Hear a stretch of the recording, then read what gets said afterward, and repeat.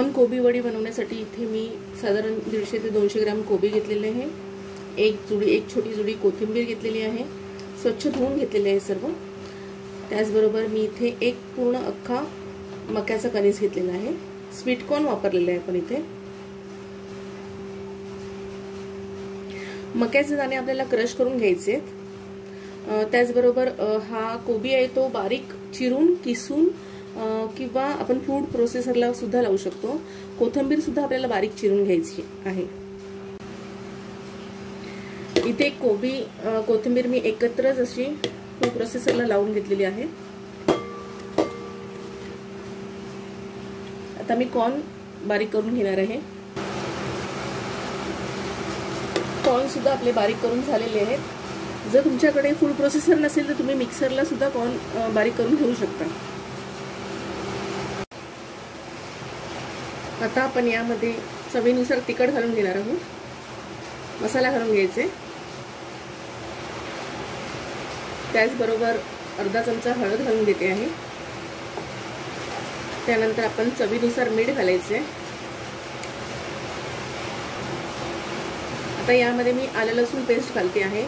आलं लसूण पेस्ट बरोबर यामध्ये मी मिरची सुद्धा घातलेली आहे, त्यामुळे मी तिखट थोडंसं कमी घातलेलं आहे। यामध्ये मी अर्धा चमचा साखर घालणार आहे।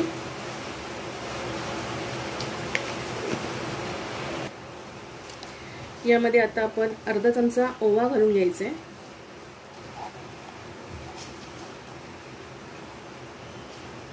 सध्या माझ्याकडे तीळ नाहीत तर यामध्ये आपण 1 चमचा सफेद तीळ घालू शकतो, खूप छान लागतात। थोडंसं हिंग घालून घेऊ आपण।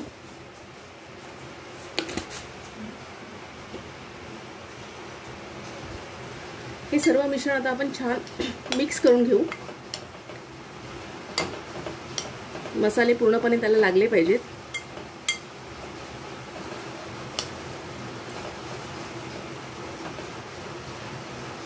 साधारण हे मिक्स करून झाल्यानंतर आपण एक 5 मिनिटं असंच ठेवून द्यायचंय, थोडंसं पाणी सुटतं त्याला।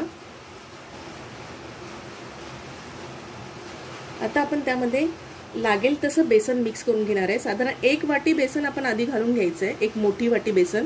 एवढ्या मिश्रणाला आपण 1 मोठी वाटी बेसन घालून घेऊया। ते हातानेच मिक्स करायचे।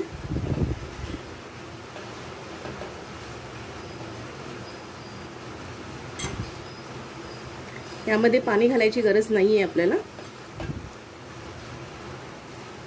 मी अजून थोडं बेसन घालून घेणार आहे।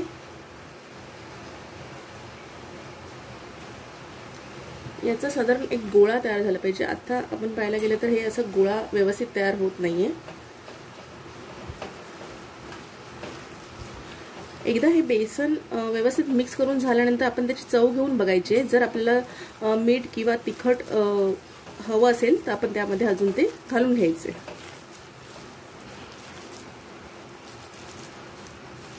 साधारण असा गोळा तयार झाला पाहिजे। हे मिश्रण रेडी आहे उकडण्यासाठी। मी ही अशा प्रकारे एक कढई घेतलेली आहे, त्यामध्ये मी पाणी घालून घेतलेलं आहे। त्याबरोबर हे एक भांडं ठेवलं आहे। त्यानंतर हे ताट घेतलं आहे, त्या ताटामध्ये सर्व मिश्रण ओतून घेतलेलं आहे। आता ते आपल्याला वाफवून घ्यायचं आहे। त्यानंतर आपण त्याच्या वड्या पाडून घेणार आहोत। आपण याचे रोल सुद्धा करू शकतो। अशा प्रकारे हे ठेवून साधारण 15 ते 20 मिनिटं मध्ये चेक करणार आहे। जर झाले असेल तर मी ते काढून घेणार आहे। यावर आता अशी ताटली ठेवून मध्ये गॅप असला पाहिजे खोलगट। मध्यम गॅसवर मी 15 ते 20 मिनिटं शिजवून घेणार आहे।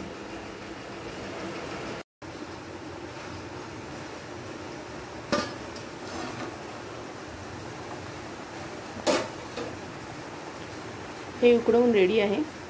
आता आपण त्याच्या वड्या पाडून घेऊ।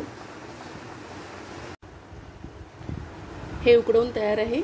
आता आपण तसे थोडेसे मी चीर पाडून घेतलेले आहेत। थंड झाल्यानंतर आपण याला वड्या पाडून घ्यायचे।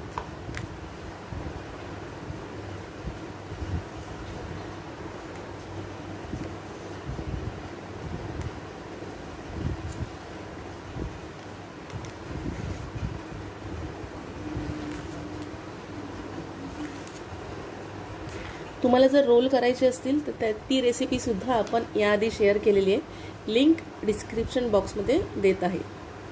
या बघा खूप छान वड्या होतात. आपण मका वापरत आहोत त्यामुळे तो मका थोडासा गोडूस असतो, त्यामुळे आपण तिखट टेस्ट करायचे आणि त्यानुसार तिखट घालायचं आहे. हे बघा खूप छान वड्या पडतात. या सर्व वड्या आपण काढून घेऊ. तुम्ही पाहू शकता खूप छान अशा वड्या तयार झालेल्या आहेत. या वड्या आपण शॅलो फ्राय किंवा डीप फ्राय दोन्ही पद्धतीने करू शकतो. फ्रीजमध्ये सुद्धा ह्या 4-5 दिवस खूप छान राहतात न फ्राय करता. त्यानंतर आपण हव्या तेव्हा आपण फ्राय करू शकतो.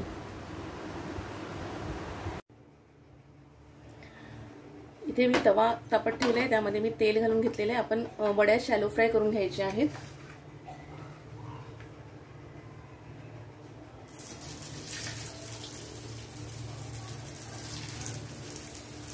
तेल खूप छान गरम करून घ्यायचं आहे, कडकडीत.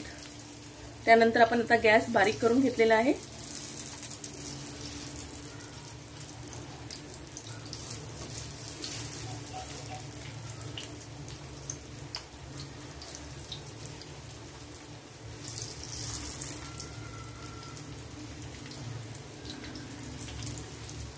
त्यानंतर आपण गॅस हाय टू मीडियम ठेवणार आहोत.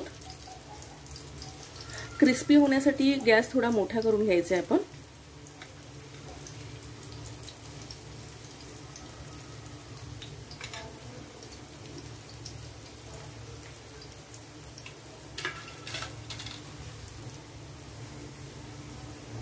आता आपण दुसरी बाजू परतून घेऊ.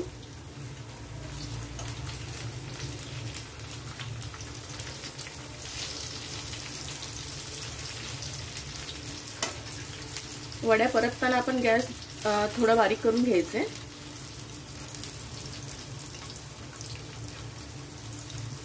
परत आता फ्लेम आपण त्याची वाढवणार आहोत.